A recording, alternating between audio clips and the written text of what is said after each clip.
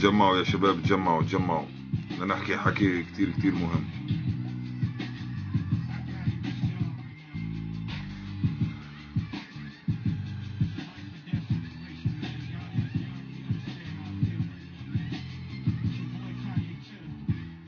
سلام. What's good؟ بدنا نحكي حكي شوي خرما، ف يا ريت تتجمعوا.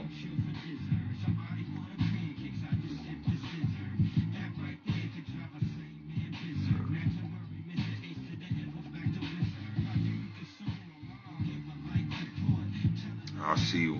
Abdullah, I see you, man. What's good, man? It's good, baby. It's good. It's good. Farha, I see you. It's good.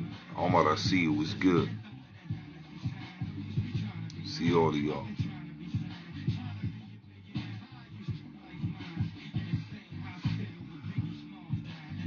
أنا بجرب كتير اشياء, man. You know, a lot of bunch of shit, you know, so I'm getting it all working. You already know what time it is. JJ, I see you. Muhammad, I see you. All good, man. Mahmoud, I see y'all. See y'all. MC Flash, I see you. What's good, baby? Yeah, yeah. تجمعوا شباب لما نحكي حكي كتير مهم.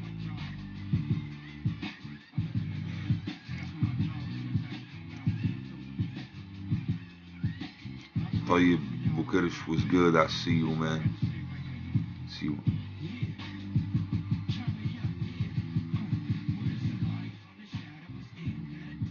Abd, I see you. Was good. Was good.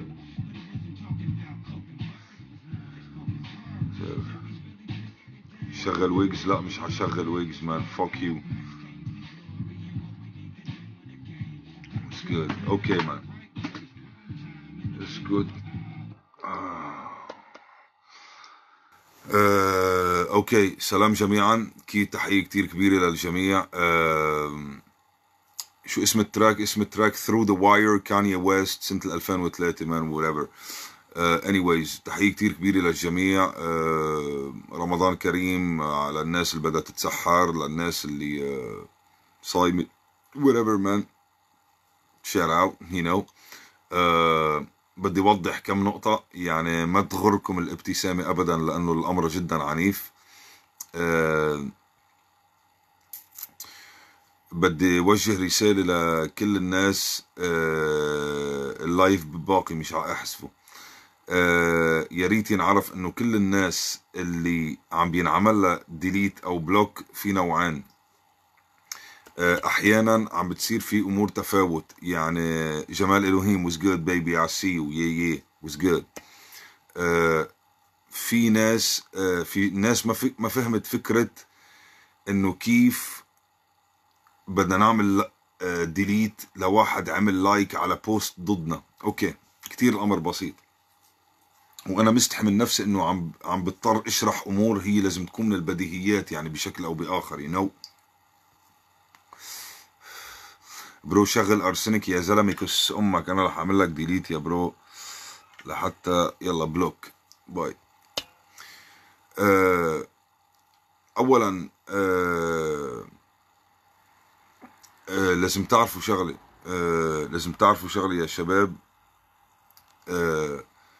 في ناس عم بينعمل لها بلوك لسبب كتير منيح وكتير واضح. عم بيكون في قوانين ممنوع حدا يخلها, غيرها من الامور, مثل دسات ممنوع, شتيمه ممنوع. هلا في ناس بتقول طب ما يا حمورابي, طب انا عملت بوست ضدك بس هذا الجروب للجميع. شباب بدي اوضح لكم شغله, هذا الجروب للجميع, بس الادمن هو انا. يعني نحن ما فينا نتعامل بشكل كأنه نحن مكانات, ما نحن بني ادمين وعنا مشاعر. اول شغله. تاني شغله بدكم تعرفوا شغله كتير واضحه. انت لما تفوت على بنك او تفوت على مطعم وانت عندك مشاكل شخصيه مع صاحب البنك او المطعم, for example, هلا انت رح تقول لنفسك ما انا فايت كزبون, مش كعدو, للصاحب البنك والمطعم. بس ما بيمشي هيك الوضع، بيضل في شيء اسمه، انا بعرف كتير منيح بالعالم الاداري والعالم البروفيشنال، وعندي خبرة اكتر بكتير من كتير ناس موجودين بالجروب بهذا الامر، وعم بحكيكم عن تجربة بشرية واضحة بالامور يعني النظرية شيء والتطبيق شيء.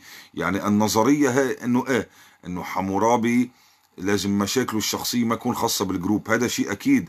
في كتير ناس يعني شوفوا مثلا الغوريلات موجودين معنا بالجروب واهلا وسهلا، مع انه انا ما بحكي معهم، عرفت كيف؟ بس انه عادي. بس الغوريلات بالرغم من المشاكل ما حدا من الغوريلات سب علي بالجروب او شتمني. so until now everything is good، عرفت؟ وغيره من الاكزامبلز، انا عم بعطيكم اكزامبل قريب.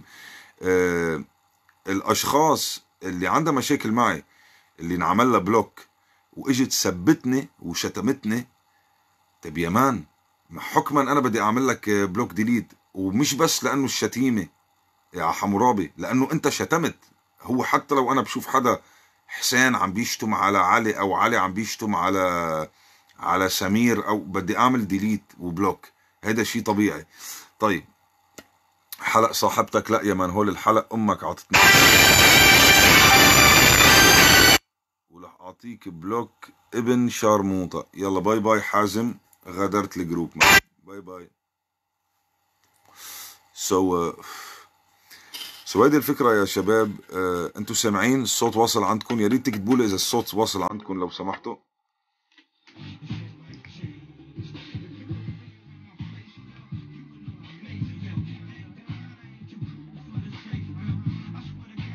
واصل عندكم الصوت او كيف شباب؟ يا ريت تجاوبونا عشان نكمل الحديث اذا بتريدوا مان.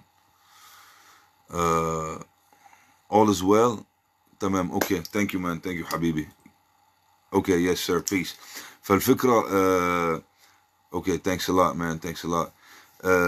فالفكرة اللي ما بتعرفوا، انا بدي احكيكم شوي عن حمورابي لحتى تعرفوني شخصيا شوي. انا مان شخص كتير عسل، كتير كتير كتير عسل، سوبر عسل مان. هيدا العسل اللي بيبقى مان عم بيلهلط، عرفت علي كيف؟ يعني شيء مش طبيعي مان. لانه في ناس مفكرة انه انا والله بتحكم علي من ورا البلوك ديليت وريفر. انا كتير قريب للناس مان. انا احدى اسباب انه انا بعدني ما صرت مشهور مثل ليل وين هو انه انا ما بلعب سينما ولا بلعب افلام هندية مثل رابرز العرب ومثل زبي مان اللي بده يحس حاله معني بهالكلام مش فاهم زبي. يعني لاحظوا كيف انا هلا عم بستعمل كلمات بذيئة. انا شخص كتير ريجولر، انا شخص حقيقي، عرفتوا علي كيف؟ سوبر قريب من العالم، سوبر رواق. اذا عندي مشكله مع حدا بعبر له اياه سريعا. انا كبرت بالشارع عكس كتير رابرز عرب. ومش عم بقول انه الرابرز عرب عم بيلعبوها فيك، بس في 3/4 الرابرز عرب مش اخدين ستريت راب. انا ام ستريت دود، عرفتوا كيف؟ بس اكيد شخص مثقف وبفهم وبروفيشنال كله. يعني ابن الشارع مش يعني اهبل وعبيط، بالعكس نحن اذكى من الافرج تاع الناس. شخص كتير رواق انا مان. اذا بتيجي معي باللطافه بعطيك قلبي. وهذا الجروب وقت عملته عن جد عملته كرمال السين، وكرمال السين تعلى. انا راسي كتير تمام مان، عن جد. مش عم بحكي لانه انا عم بحكي عن نفسي. انا عندي امور سلبيه اذا بدكم بحكيكم عنها، هذا شيء اكيد. بس انا عم بفضل احكيكم بهلا بقلب مفتوح وبامام الكاميرا. وانتم بالنهايه فيكم تحكموا على انرجي الشخص اذا انا صادق او لا. يعني عرفت؟ اذا انتم بتمعن هلا عم تسمعوني وتحضروني. انا مان كتير كتير رواق، كتير عسل على ريت اخواننا المصريين مان. سوبر عسليه انا مان.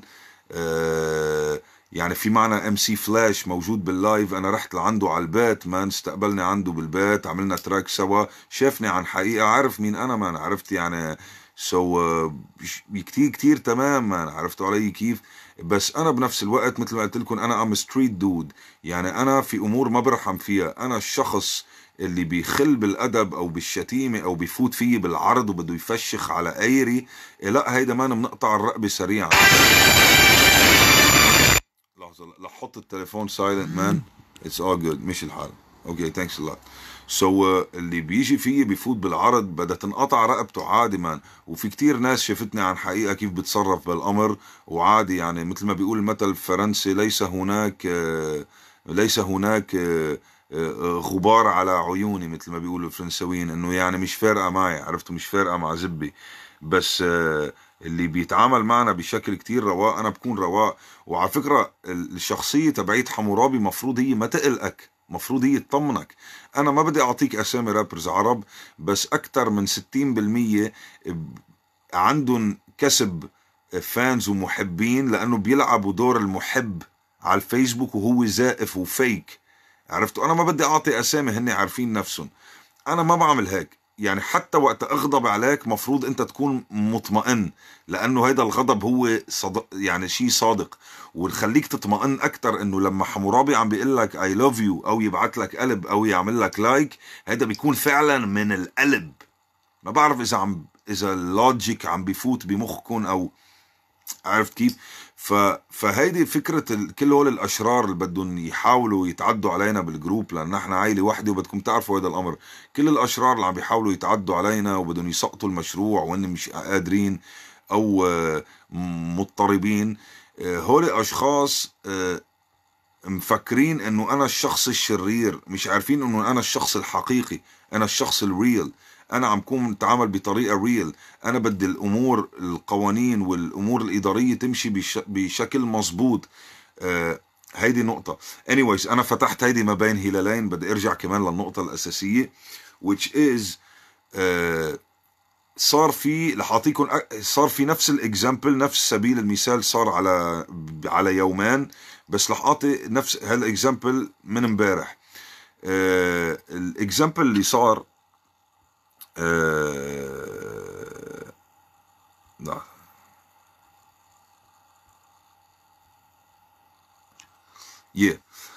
الاكزامبل اللي صار في واحد مان فات شتم دين رب الله اللي خلقنا، من ناكنا يعني، عرفت علي كيف.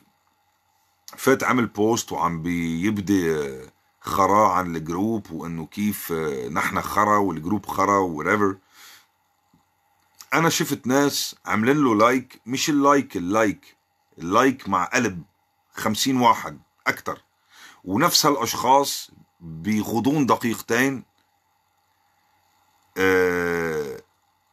عملوا لنا لايك على بوستاتنا. احا يعني عرية المصريين احا. لحظة، في شخص علق كومنت مهم جدا، قال بس ما يا حمورابي دي ديكتاتورية، لانه مفروض انه هيدي جيم، يعني مثل يعني كأنه مثلا فور اكزامبل انه بتسمع ابي يوسف وبتسمع حمورابي وبتعمل لايك عند اثنين، هاي ما في مشكلة. بتعمل لايك عند هوك وبتعمل لايك عندي، هيدي مش مشكلة. انتبه، هيدا شيء. وانه جروب تشتمه، والناس اللي هن بالجروب عم بياكلوا من لحم كتافنا ومن خبرتنا ومن وجودنا ومن وقتنا، يعملوا لايك على منشوراتنا وعلى منشور اللي عم بيسب الجروب. لا لحظة، هيدا نفاق، وهول بدها تقطع الرقبة سريعا وينعمل بلوك ديليت. ما بعرف اذا عم بيوصل المنطق او لا يا شباب. انا مجنون او عبيط؟ فهموني. انا عم بستشيركم لحتى اشوف حالي اذا انا حمار او لا، بلا مؤاخذة يعني. ما بدي أربعة يشرحوها ولا بدك مترجم صيني، الأمر جدا منطقي، غاية المنطقية، غاية الشفافية. أنا ما بعمل ديليت لواحد بيعمل لايك عندي وبيعمل لايك عند أبي يوسف أو هوك أو ما بعرف مين. أنا بعمل ديليت وبلوك لواحد منتمي للجروب وعم بياكل من لحم كتافنا ومن خبرتنا ومن وقت اللي عم نعطيه، وبنفس الوقت يعمل لايك على اللي عم بيسبنا. يعني شباب، ما حدا يجرب ياكل راسي. انا مش راس نيفا، هيدي اكله لبنانيه، عرفت، راس الخروف، راس نيفا. ما حدا ياكل راسي، انا ما عندي راس نيفا. والامر كتير بديهي مان، عادي يعني. ما بدنا نضلنا عم نكرره ونضلنا عم نعيد الكره. الناس بعدين انا بدي وجه بس كلمه مهضومة للناس اللي أكلت بلوك وديليت وشفناها على السوشيال ميديا بالبروفايلات عندها كيف هي عم تشتكي وتسب. طيب، عادة من سمات الرجل، لأنه للأسف اليوم النيو سكول بالراب العربي للأسف مش كله، بس الجيل الجديد مان يفتقر إلى الرجولة. سمات الرجولة أنه وقت أنت تنطرد من مكان، يعني نحن انطردنا من اماكن بحياتنا، من كلابات، من مطاعم، من مدارس، من جروبات فيسبوك كمان، ما بعرف يعني بعطيكم كتير اكزامبلز. بس ما بحياتنا رحنا على البيرسونال بيج تبعنا صرنا نبكي، وكس امك وعملت لي بلوك ديليت. يعني ما عملنا هيك مان. من سمات الرجولة انه كل البلوك ببقك وحطه بطيزك وامشي زي الرجل وما تشتكي. وانا اللي اكتر بيصدمني انه اللي بيعملوا هيك منشورات على البيرسونال بيج عندهم بعد البلوك الناس بتزقف لهم، يعني الناس شراميط مثلهم. انا ما بعرف مان، يعني عن جد اخس على المجتمع العربي كيف صايره سمات الذل والقرف وسمات الكسكسه. ما بعرف لوين واصله مان، ما بعرف لهالدرجه. يا اخي شو عم بيصير بمجتمعنا؟ عن جد شو عم بيصير بمجتمعنا يا شباب؟ حدا يفهمني شو عم بيصير بمجتمعنا؟ طب يا مان انت اكلت بلوك وديليت. اولا البلوك والديليت اللي انت اكلته هو لم يأتي من عبث، هيدي الفكرة. لم يأتي من عبث، اجى لاسباب واضحة. نحن هي اخر مرة منكرر نفسنا باللي بده ينعمل بلوك ديليت. اللي بده ياكل بلوك ديليت ويروح يعيش البلوك ديليت بصمت، وانا ابتليتم بالمعاصي فاستتروا. يعني ما بعرف اذا بدها تركب، بتاكلوا بصمت، بتحطوا بطيزك بصمت وبتمشي. لا بتعطينا اهمية، لان عم تعمل لي دعاية لحمورابي. انا بشكرك، يعني عرفت كيف عم تعمل دعاية، عم تخلي الناس اكتر تحكي فيي، فضلا عن انه صحباتك البنات اكتر عم بيعملوا لي اد، يعني عادي. فانه وعم بيفوتوا عنا على الجروب وعم بيتعلموا، عرفت؟ اتس اول جود. فما تعمل هيك، ما تعمل دعاية لحمورابي مثل حمار يا غبي. وبنفس الوقت ما تبين للعالم انك يمان شرموط ومقهور. يعني من كان يعني لك الامر؟ يعني الزب اللي فات بيطيز كل واحد وقت انعمل بلوك هو زب فعال، والشخص حس بالألم أو باللذة، ما بعرف يعني، عرفت؟ حسب الأشخاص، إلا من رحم ربي، لأنه ما ميؤوس الأمر من اللي عم شوفه على السوشيال ميديا. يا إخوان ويا أخوات، يعني هيدي من جهة. وفي نقطة تانية بخصوص البلوكات، هيدي نقطة جدا جدا مهمة. في نقطة كتير كتير مهمة بدكم تعرفوها. في ناس اكلت بلوك بالغلط، بالغلط الغلط الغلط، يعني هذا كان بالخطأ. يا ناس اللي اكلتوا بلوك بالخطأ يا ريت تسمعوني، هاي انا عم بشوفكم على الكاميرا، يا ريت تسمعوني ان كنتوا انتوا بالجروب او بعدكم ما فتوا الجروب. مثل مثلا عم بعطي الاكزامبل تاع ام سي غزة، ابراهيم غنام. صارت الناس تفوت على الانبوكس تنكلي دين راسي انه انا عملت له بلوك. انا ما عملت له بلوك، وعم بعطي اكزامبل ام سي غزة، في كتير اكزامبلز مثله. انا ما عملت بلوك، واللي عمل بلوك عمل بلوك بالغلط، يعني ان كان انا او ادمن او whatever، البلوك صار بالخطأ. عرفتوا كيف؟ الامر صحح وخلص قشطه، يعني ما في مشكله. يعني بالنهايه اللي بينفك البلوك عنه بيرجع للجروب، هيدا تلقائيا اوتوماتيكلي تلقائيا، مش معمول عليه البلوك قصدا. فمان لشو نعيد الكرة مثل النسوان يا مان؟ يعني مع احترامي للنسوان، انا هيدي عبارة، ما تزعلوا مني يا نسوان، هيدي عبارة شرقية عربية تعلمناها من نحن وصغار. بس انا بحب كل النسوان، ما عندي، ما بعتبر الامرأة اقل من الرجل ابدا يعني. anyways الفكرة تحية. يعني مان هيدي الحركات، حركات الافران والافراح والزيطة، عرية المصريين هيدي عامل فيها زيطة وتهييس وو وو وو وو وو وو وو. روقوا شباب، روقوا شباب. يعني ما بعرف، حس كأنه كسكن عم بيوجعكم مان. يعني يا خيي انا باكل بلوك من حدا بسكت عادي، طرقني بلوك. لشو بين عن حالي مقهور ومبعوث واعمل زيطة وافراح على الفيسبوك يا مان؟ ليه؟ طب ليه؟ ليه؟ ب... فما بعرف يعني هذا شيء عجيب مان. اللي بياكل البلوك يروح يعيش حياته ويضله مع اهله، مع امه، مع ابوه، وينسينا يا مان عادي. يعني مش نهاية العالم. عرفتوا كيف؟ ف فما بعرف، يعني هيدي شيء منطقي. انا ما بدي ضلني عم بعيد نفس الكرة.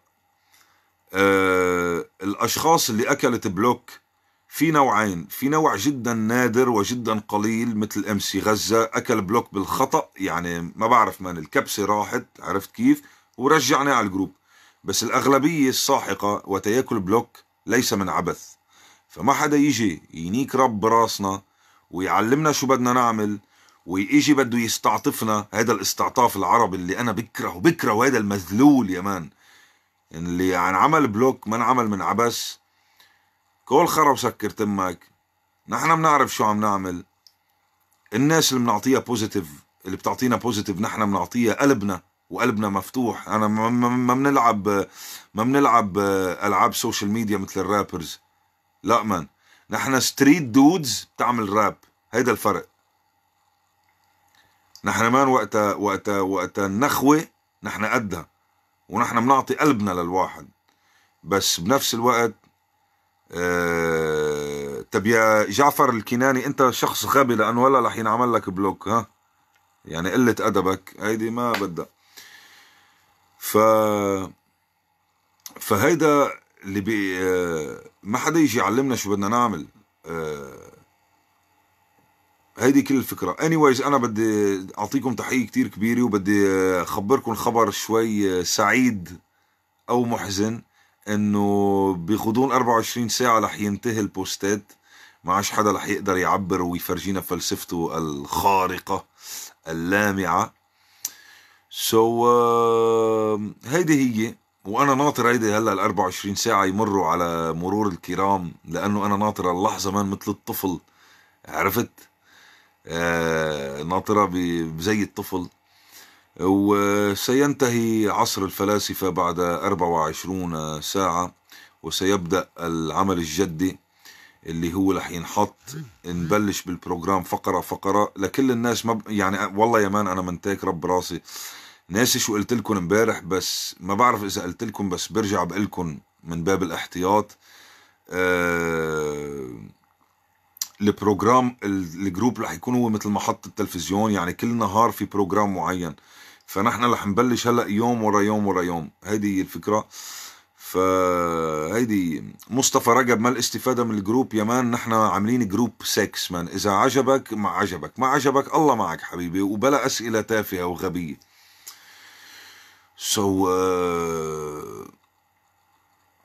هيدي هي الفكرة يا شباب، وتحية كتير كبيرة لكم.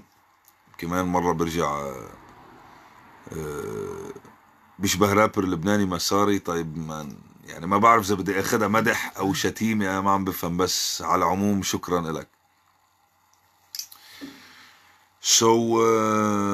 احلى تحية للجميع. خليكم جدعان، خليكم مآمنين بالفكرة، لانه كل شيء رح يبدأ.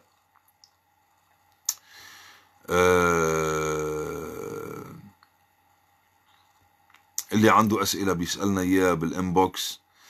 انتو شايفين كتير منيح الناس، انا عم بتفاعل مع كل الناس بالجروب، انا مش شايف حالي على حدا. لانه انا في سايد بشخصيتي اذا بدي فيه العبه، انه اقعد على الضفة، عرفت، من فوق، وصير اطلع على كل مرور الكرام من تحت. بس انا ما بعمل هيك. يمكن اعمل هيك على صفحتي الشخصية، هذا بيخصني وبيخص بيضاتي، بس عايدا الجروب انا مواكب الجميع وبعمل لايكات للجميع وبسمع شغل الجميع يعني تخيلوا هيدا الرابر المصري اللي عمره 13 سنة عم بحكي كنت باسمه. طب هيدا يعني انه انا يعني معني، يعني عم بسمع، يعني مواكب متابع. انا جاي اسس عائلة معكم، انا ما جاي مان تشوف حالي على حدا. anyway صباح الفل. وهيدي اخر 24 ساعة الناس تنعم بما فيه. واحلى مسا عليكم. عبد تخترنجي ايمن، انا وبدير عم نتفاعل مع العالم. يس مان، تحية لمحمد بدير مان. يس سير. هيدي الفكرة. يلا تحية للجميع. باي باي.